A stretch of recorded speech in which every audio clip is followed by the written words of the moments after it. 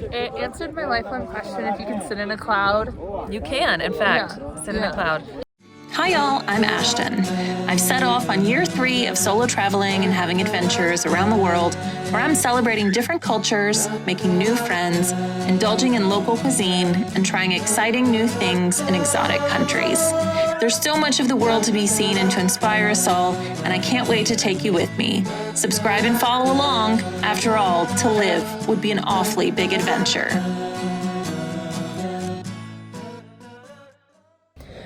We have a 2:30 pickup time, a.m. So in 6, 7, 8 hours, and then a 2-hour drive up to the starting point of the hike. Hike up to the top of the mountain, eat breakfast with the sunrise up there that they've cooked for us. And then from there, we will hike back down. We've got a coffee tasting, and then we've got a hot spring, and then we will drive back. But I'm so excited for this. I've heard the hike is a little hard, but we're just gonna push through. My dancer knee has been giving me some issues, but we're just gonna push through. It's fine. Now we are officially really doing stuff in Bali, not just being sick and recovering.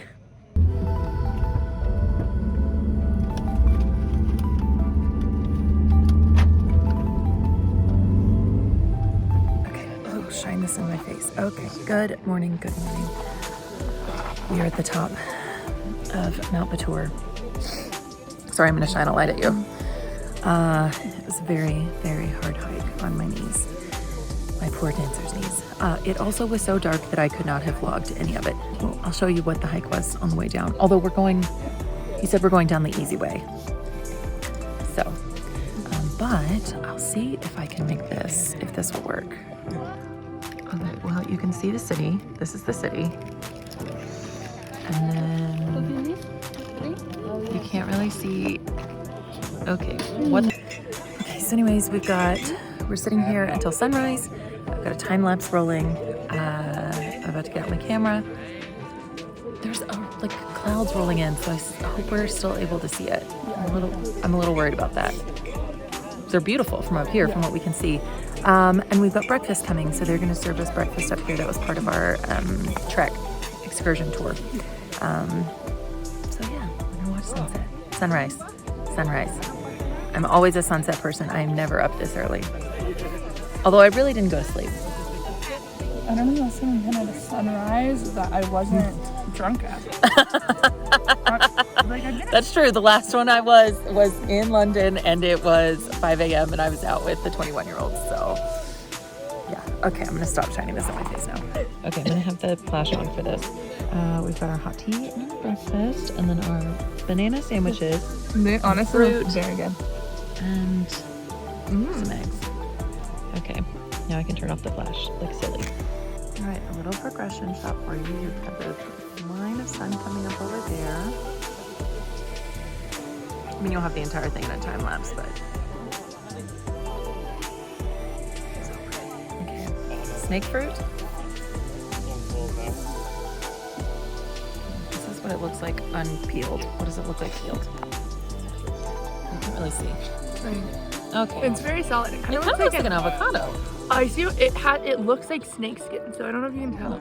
But it literally looks like snake skin. It smells like. I have a good photo of it. I don't know what it smells like. All I can smell is those oranges. Yeah.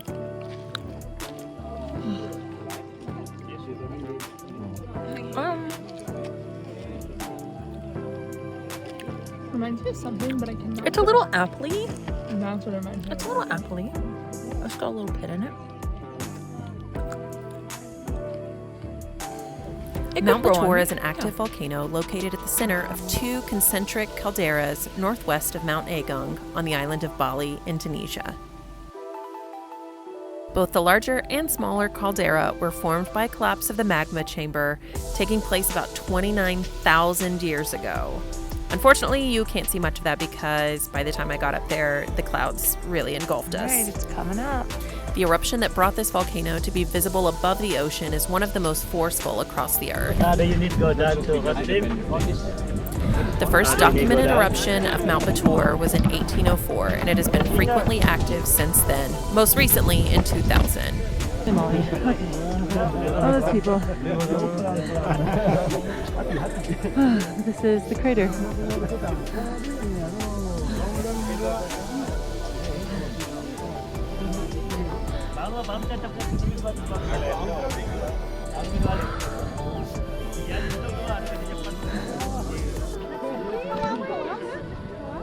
Some steam vents.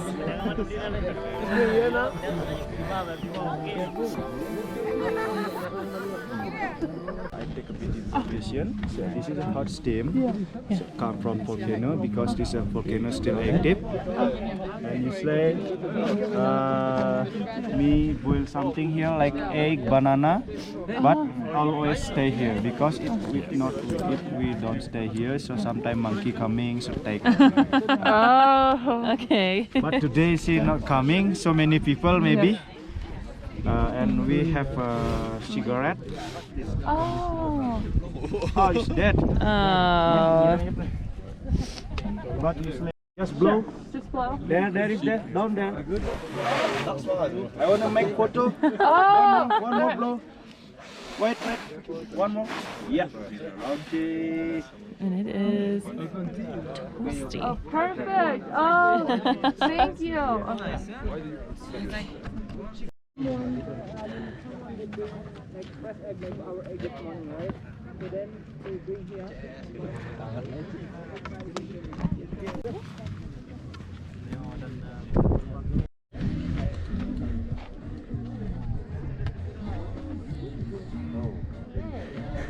I'm really listening to Islands in the Stream. Oh, I know the song. Dolly Parton and Kenny Rogers.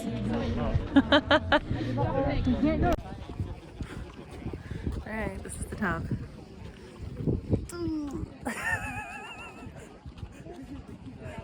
And there's an edge right there. Okay, can't fly the drone yet because this cloud just rolled in and is like about to mask us. I can't even see the cliff over there.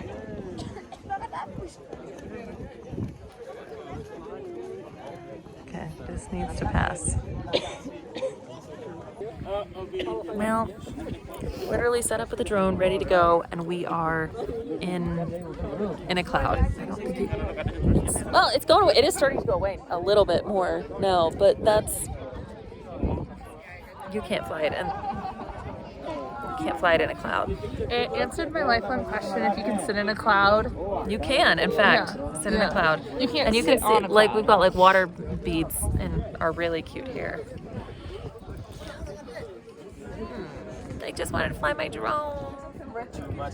I know, I should have done it earlier. I don't know. Alright, we're leaving with no footage of dirt from Darcy. Excuse me. Very sad about that. Very, very sad about that. 'Cause it keeps clearing on this side, but not on that side. And that's where the crater is, and that's where you'd want to see with a drone. So, that's okay. It's okay. Yeah, you can't see the crater at all right now. Can't see anything. Okay, so this is like what we were hiking up. Yeah. This stuff.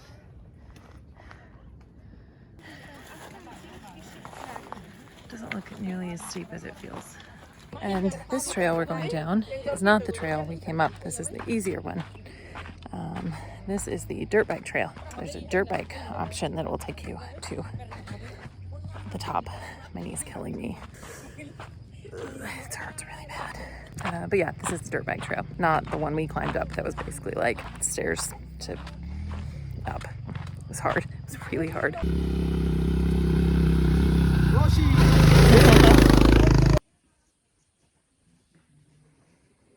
All of the offerings for today. Lately, there has been talk of closing this off to visitors as it's kind of been taken over with a lot of trash and litter. Hope we're so close. But as of October 2023, they have not actually done that. This is the cutest I've ever looked.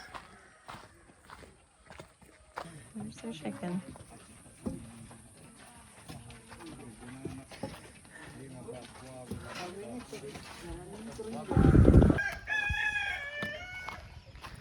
Always the chickens. They always find me everywhere. Ooh. Apparently you can bring Jeeps up here too.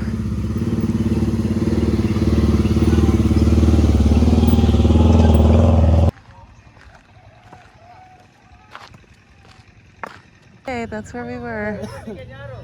Way up there.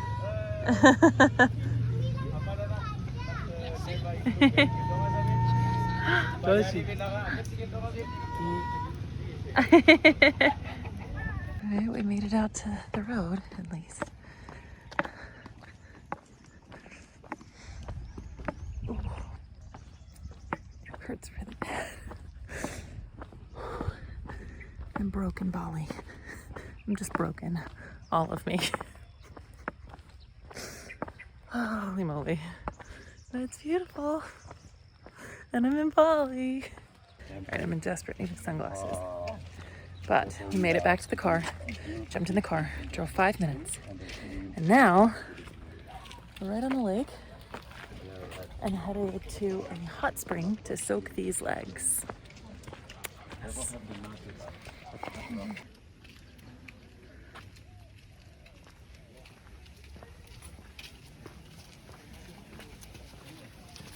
Well, hopefully it will help heal my knee. It even has a water slide.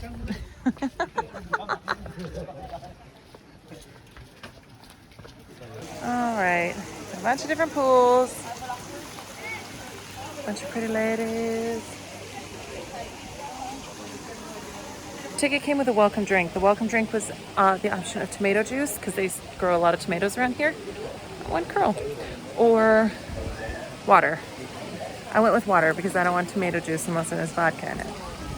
And some garlic and Worcestershire. Yep. Here's the knee.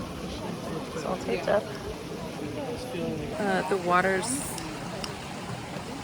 warm. It's warm. Yeah, it feels good. Yeah. Here for it. Okay. One more pan around, and then this is going in.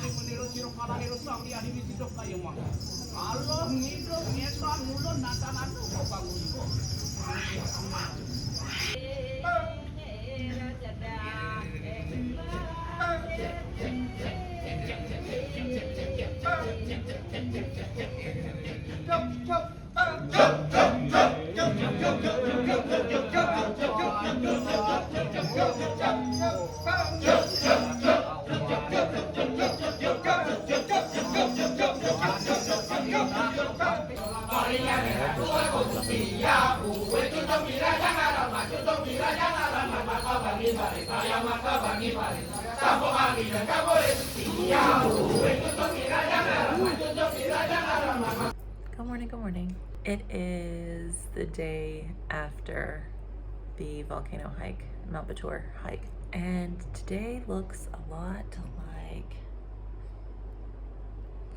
this. I did get up and walk to a coffee shop this morning. On the way there, my knee was in really rough shape. It was hurting to walk. It's still all taped up. And I can move it. I've got full mobility, you know, all the good stuff. I scheduled a few extra days here so I could have some admin days and some rest days, and I'm really glad because Mount Batur was not very kind on my knee. Just to prove there are days where when you travel for a long period of time, you just need to lay in bed and do nothing and hope your knee feels better. Yeah, so that's today. And I'm hungry, so I think I'm gonna go eat. And then I will decide. And oh. There was There's a lizard on the wall.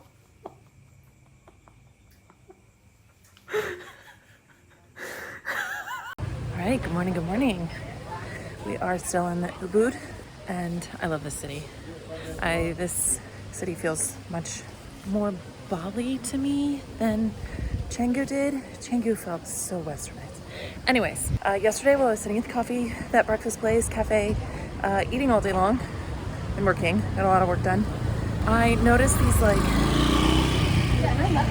statue things being set up in the road outside, and almost like parade-like things being set up. I think you can hear it. So that is the cremation ceremony, which I'm going to tell you more about that here in just a bit when I can actually do some research. But it's a big thing here. They've got parades and traffic. There's never traffic on this road. All of the roads are shut down. I was told it started at 11.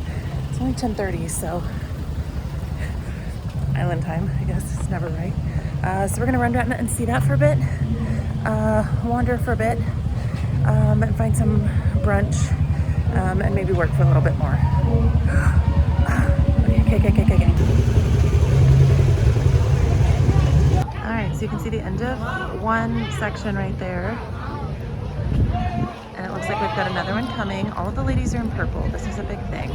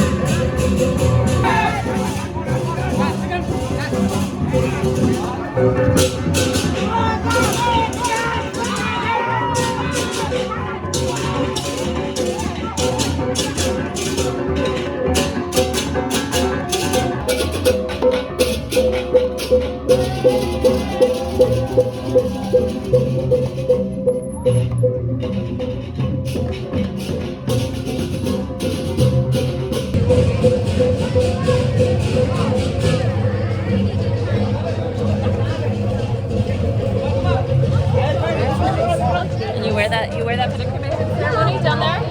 Down there? Okay, thank you. Okay, but it's really beautiful. And I definitely overpaid for it, but it's beautiful. So I'm going to tell you a little bit about this Balinese cremation ceremony. They have someone holding up the power lines.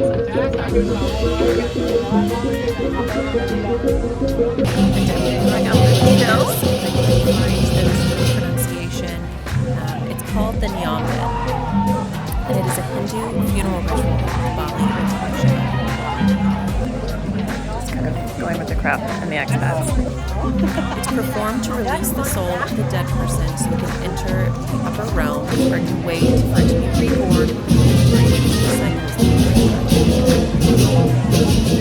The Balinese theology believes that there is a competition between the residents of the lower realm to capture this soul, and a proper cremation enhances the chance that it may reach the upper realm.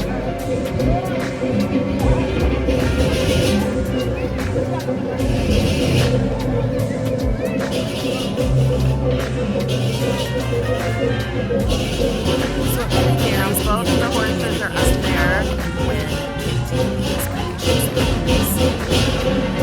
One article reads that once the families are financially ready, they select an auspicious day to make bade, or coffins, to carry the dead.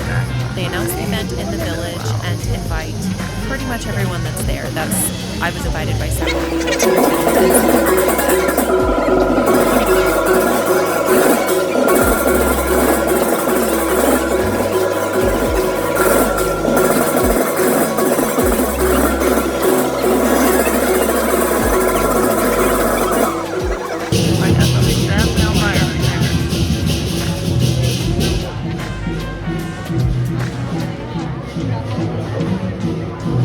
families will also make what's called a patulongan, cremation blockhead, which is either a lembu, a bull or mythical animal-shaped bamboo, wood, or coffin, to burn the dead, or a wooden wada, which is a temple-like structure.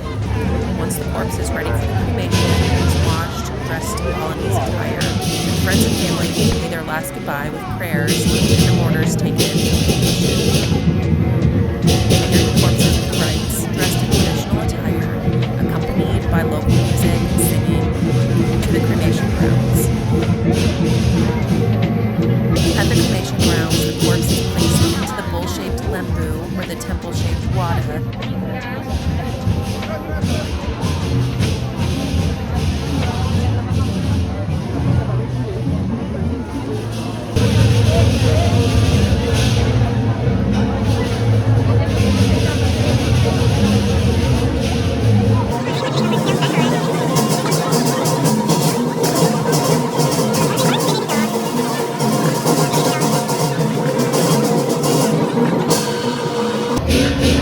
Now they're loading all of the gifts underneath the, I don't know if that's a dog or a horse now.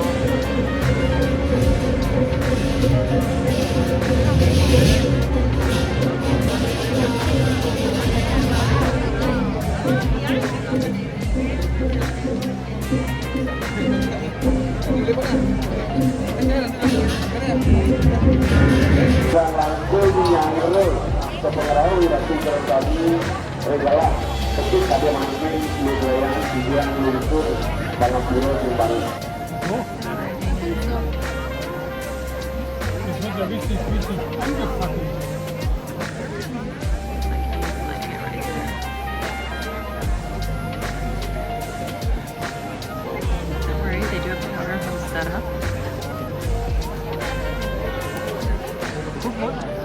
Beberapa yang paling dikenal juga masuk bagian negatif yang kami. Beberapa informasi ini berkenaan yang di kalangan pemilik masing-masing.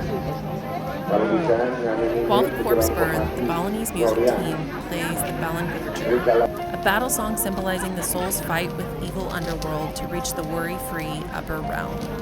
12 days after the cremation, the families collect the ashes, fill it inside with a coconut shell, and carry it to a nearby ocean or sea to return the remains back to the elements.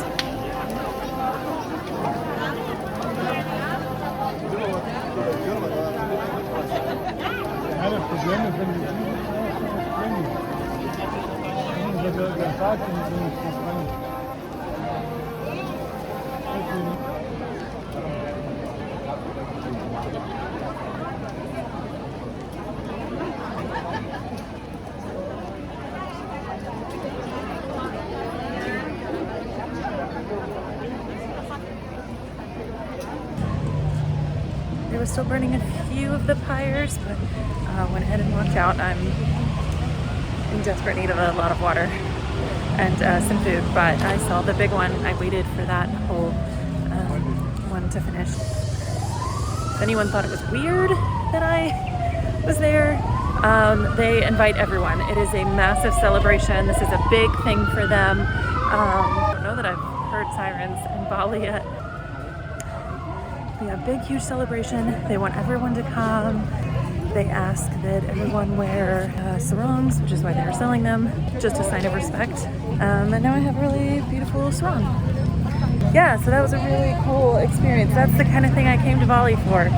That was cool to be a part of something like that and to see that different culture that I've never seen before. Okay, let's go find some food.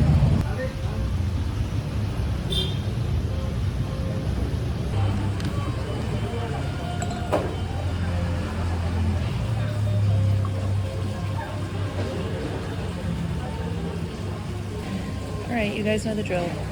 I stopped at a place that called me. This place called me. It is a traditional Balinese, they call them warongs. I got a traditional Balinese, something crispy duck. I don't know. But it is beautiful here. Got a little garden in the back. And it's just right on the main road, so and had people at it, so feel good about it. Right, they were out of this spring rolls, but they've got some sort of a green bean salad.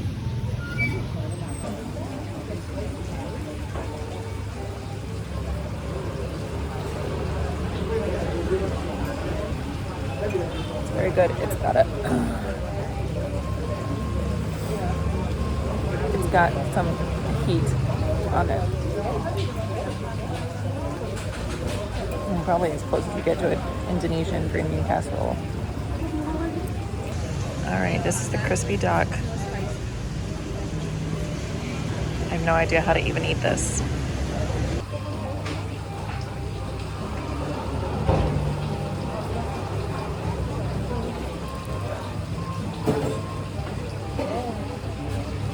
It's a really good duck. All right, I don't know how to pronounce that, but that's the name of this warung that I ate at.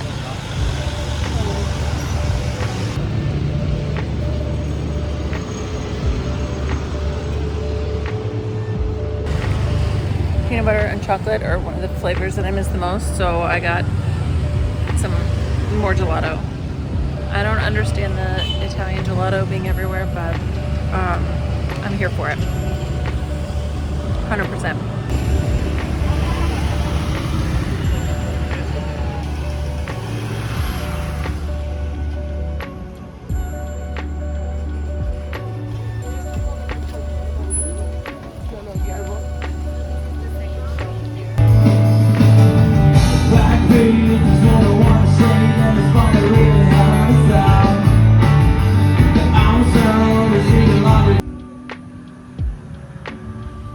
If you enjoyed this episode, hit that subscribe button so you never miss an adventure, and follow the daily adventures over on Instagram and TikTok.